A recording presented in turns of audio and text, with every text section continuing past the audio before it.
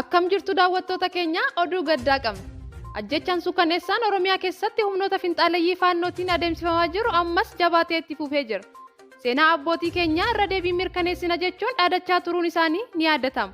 Akkuma dhaadataa turan seenaa abbootii isaanii nutti agarsiisaa jiru. Torbaanuma darbe keessa gocha suukaneessaa dhala namaatiif miti bineensaaf hin malle ilmaan Oromoo morma muranii mukarratti fannisuudhaan magaalaa keessa jooraa sirba dhaadannoo sirbaa mul'ataniiru. Akkasumas dubartii ulfaa ibiddatti qabuudhaan ulfi dhoohee keessaa akka bahu godhaniiru. Ammas viidiyoo kaleessa baheen ilmaan namaa akka horiitti yeroo gorra'an mul'ataniiru. Namni tokko nama qulqulluu ajjeesee hamma harkisaa dadhabutti billaadhaan mormarraa muruuf jibba guddaa hagas ga'u Oromoof qabaachuu isaanii agarsiisa. Kaayyoon isaanii inni guddaan Oromiyaa diiguu fi Oromoo lafarraa balleessuudha.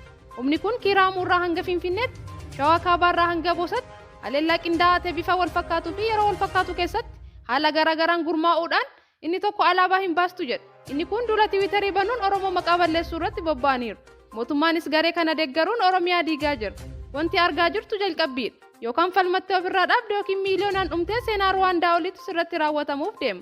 Kan harkaa fi luka si hidhee si gorra'ee si gorraasisu biltsiginnaadha. Kan naqalee miti kan na takaaletu na ajjeese jedhe sangaan. Oromoo irratti duulli kun kan baname Oromoo waan ta'aniif qofa waan ta'eef uummanni isaa Oromoon hunduu garaagarummaa tokko malee kaabaa hanga kibbaatti bahaa hanga dhiyaatti tokkummaan falmachuudha.